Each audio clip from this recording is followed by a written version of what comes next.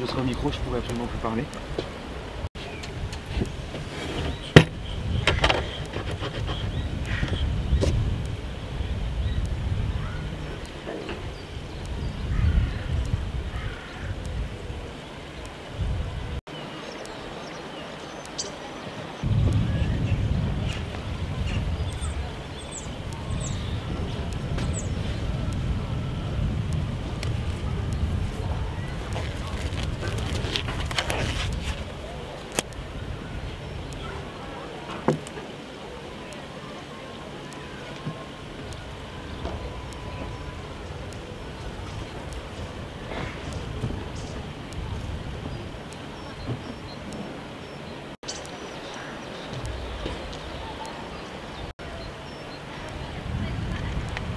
Bonjour à tous et bienvenue à cette animation sur les ours bruns.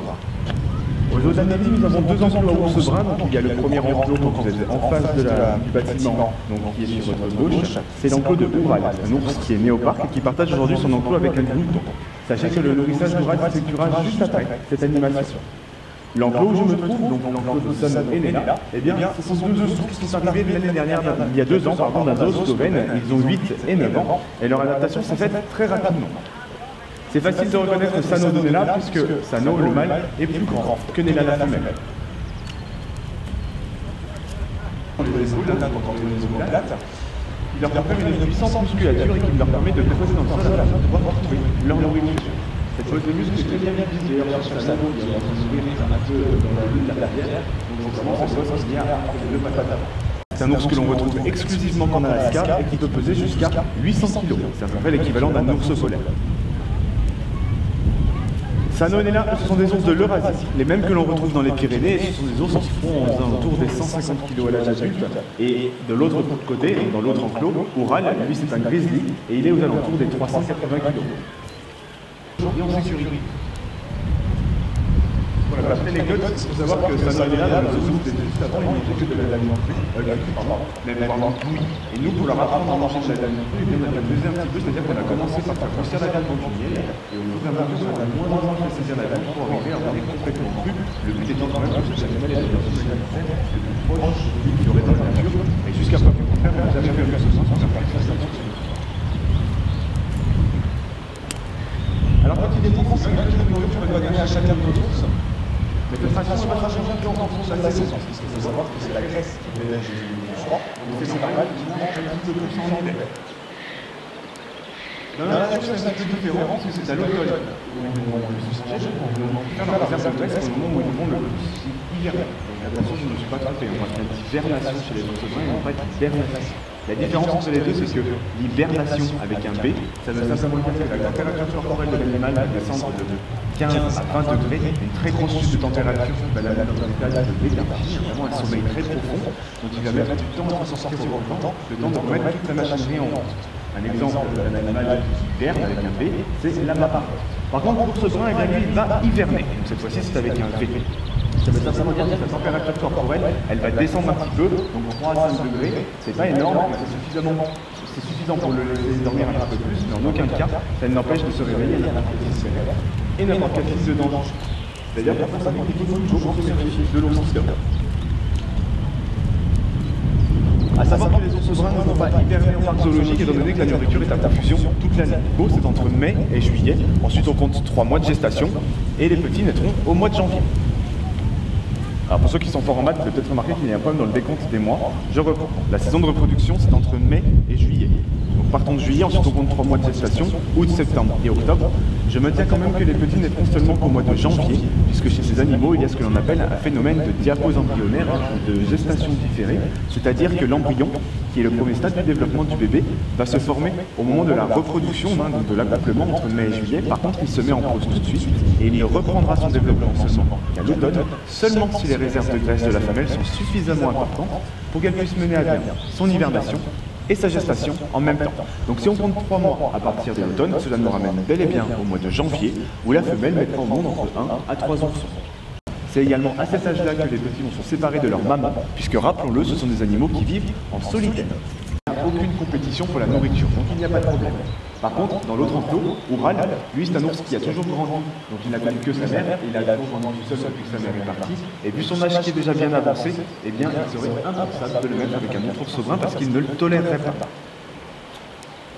Par contre, il n'y a pas que des ours bruns dans la forêt, les animaux se croisent, et c'est pour cette raison que nous avons voulu faire cohabiter Oural avec un glouton. Donc les gloutons, ce sont des petits mammifères d'une trentaine de kilos qui sont essentiellement carnivores et on retrouve sur la même répartition géographique que les ours bruns. En plus de ça, le glouton c'est un animal qui est particulièrement féroce, c'est reconnu pour ça. Et donc ce n'est pas un ours brun qui va lui faire peur, même bien au contraire, il n'est pas rare de les voir interagir tous les deux. Leur moment préféré c'est même lorsque Oural c'est à proximité de la plateforme en bois qui est au milieu de l'enclos, vas-y il monte dessus, alors il vient lui gratter la tête avec ses griffes. Oural, ça le gratte parce qu'il aime bien, vas-y ça la lui il aime bien aussi. Chacun son son, on est ravis de le voir aujourd'hui. Très bon de cette ours, elle a assez contente de la table de l'enquête que ceci nous voit retrouver les de notre territoire des plaines jusqu'aux montagnes. Et bien il faut savoir qu'avec l'expansion humaine, et bien leur territoire a un petit peu disparu, on ne retrouve aujourd'hui plus que dans les Pyrénées. Et encore dans les Pyrénées, c'est un environnement qu'on ne retrouve quasiment que du côté espagnol. Il a encore très mauvaise réputation. En France, l'ours brun c'est un animal qui est classé en danger critique d'extinction. Donc c'est-à-dire que c'est la case juste avant d'être éteint dans la nature. Pourquoi? Puisque dans les Pyrénées, il reste environ 39 ours. Sur ces 39 ours, il n'y en a que 7 qui sont du côté français. On suit avec la fragmentation du territoire. C'est-à-dire qu'on coupe les forêts d'une manière un petit peu aléatoire, et de cette manière, elles ne se touchent plus, et les animaux ne peuvent pas se rejoindre pour se reproduire, et de cette manière, il n'y a pas de brassage génétique. Peut-être avez-vous entendu parler ces dernières années de réintroduction de l'ours brun dans les Pyrénées. On ne parlera pas vraiment de réintroduction de l'ours brun puisqu'il n'a jamais vraiment disparu. Par contre, on parlera plutôt de renforcement de population.